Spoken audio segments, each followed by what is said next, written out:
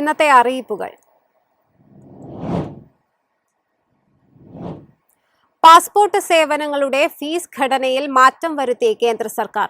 പുതുക്കിയ fees July 1 മുതൽ പ്രാബല്യത്തിൽ വരും. പാസ്പോർട്ട് സേവനങ്ങളുടെ ഫീസ് ഘടനയിൽ 14 വർഷത്തിന് ശേഷമാണ് കേന്ദ്ര സർക്കാർ വലിയ മാറ്റം വരുത്തിയിരിക്കുന്നത്. വിദേശകാര്യ മന്ത്രാലയമാണ് ഇത് സംബന്ധിച്ച വിജ്ഞാപനം പുറത്തുവിട്ടത്. 36 പേജുള്ള പുതിയ പാസ്പോർട്ടിനുള്ള ഫീസ് 1500 രൂപയിൽ നിന്ന് 2500 രൂപയാക്കി ഉയർത്തി. തത്കാൽ പാസ്പോർട്ടിന്റെ ഫീസ് 3500-ൽ നിന്ന് 5000-ഉം 60 പേജുള്ള പുതിയ പാസ്പോർട്ടിനുള്ള അപേക്ഷാ ഫീസ് 2000-ൽ നിന്ന് 3500 രൂപയുമാക്കിയിട്ടുണ്ട്.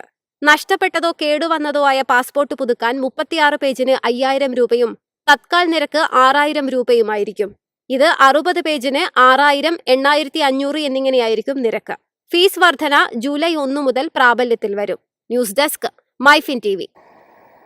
കേരള എഞ്ചിനീയറിംഗ് ഫാർമസി പ്രവേശന പരീക്ഷയുടെ ഫലം നാളെ പ്രസിദ്ധീകരിക്കും. ഉച്ചയ്ക്ക് 1 മണിക്ക് ഉന്നത വിദ്യാഭ്യാസ മന്ത്രി റോജി എം ജോണാണ് കൊച്ചിയിൽ ഫലം പ്രഖ്യാപിക്കുക.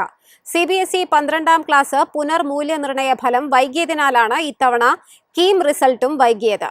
22-ന് ഫലം പ്രഖ്യാപിക്കാൻ തീരുമാനിച്ചെങ്കിലും മാർക്ക് ചേർക്കാൻ കൂടുതൽ സമയം തേടി വിദ്യാർത്ഥികളും രക്ഷിതാക്കളും മന്ത്രിയെ സമീപിച്ചതോടെയാണ് തീയതി മാറ്റിയത്.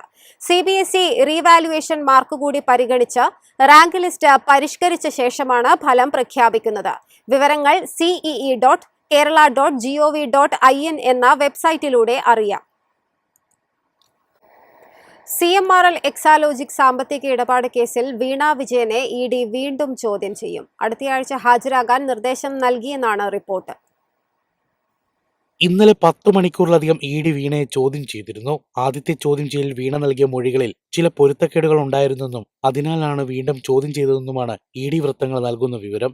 SFIOയിൽ നിന്ന് ലഭിച്ച രേഖകൾ ED പരിശോധിച്ചു വരികയാണ്. 2016 മുതൽ 2021 വരെയുള്ള കാലയളവിൽ എന്ത് സേവനമാണ് വീണയുടെ കമ്പനി CMRL നൽകിയത് എന്ന് സംബന്ധിച്ചൊന്നും കണ്ടെത്താൻ EDക്ക് കഴിഞ്ഞിട്ടില്ല. അതിനാൽ എന്തിനാണ് വീണയ്ക്ക് എക്സാലോജിക്കിനും CMRL പണം നൽകിയതെന്നതിൽ കൂടുതൽ വ്യക്തത വേണം. ഈ കാര്യങ്ങൾ കൂടുതൽ ചോദ്യം ചെയ്യലിലൂടെ മാത്രമേ വ്യക്തമാകൂ എന്നാണ് EDയുടെ നിലപാട്. News desk, MyFin TV.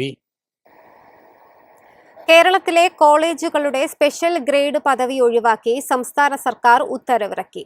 Ernakulam Maharajas college അടക്കം 7 കോളേജുകളുടെ സ്പെഷ്യൽ ഗ്രേഡ് പദവിയാണ് റദ്ദാക്കിയത്. 1994 സ്പെഷ്യൽ റൂൾ പ്രകാരമുള്ള തീരുമാനമാണ് ഉന്നത വിദ്യാഭ്യാസ വകുപ്പ് റദ്ദാക്കിയത്. പദ്ധതി റദ്ദാക്കിയതോടെ ഈ കോളേജുകളിൽ പ്രിൻസിപ്പൽമാരെ നിയമിച്ചും വകുപ്പ് ഉത്തരവിറക്കി. 7ാം UGC റെഗുലേഷൻ പ്രകാരം സ്പെഷ്യൽ ഗ്രേഡ് കോളേജുകൾ എന്ന വിഭാഗം ഇല്ലെന്ന് കണ്ടെത്തിയാണ് വകുപ്പിന്റെ നടപടി.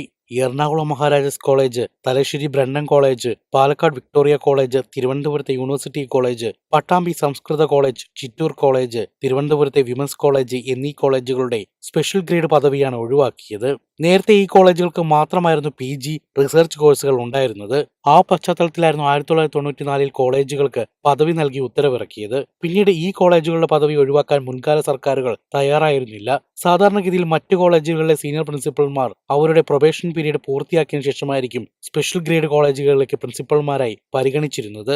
ഇത് നിയമനത്തിന് കാലതാമസം ഉണ്ടാകാനും കാരണമായിരുന്നു. അതോടൊപ്പം കോളേജ് എഡ്യൂക്കേഷൻ ഡെപ്യൂട്ടി ഡയറക്ടർമാരായി പരിഗണിച്ചിരുന്നത് സ്പെഷ്യൽ ഗ്രേഡ് കോളേജ് പ്രിൻസിപ്പൽമാരെ മാത്രമായിരുന്നു. ഇതും വ്യാപകമായി പരാതിക്ക് കാരണമായിരുന്നു. News desk, MyFin TV. എളുപ്പത്തിൽ സമ്പാദ്യം വളർത്താം. ഇന്ന് തന്നെ മൈഫിൻ TV ആപ്പ് ഡൗൺലോഡ് ചെയ്യൂ.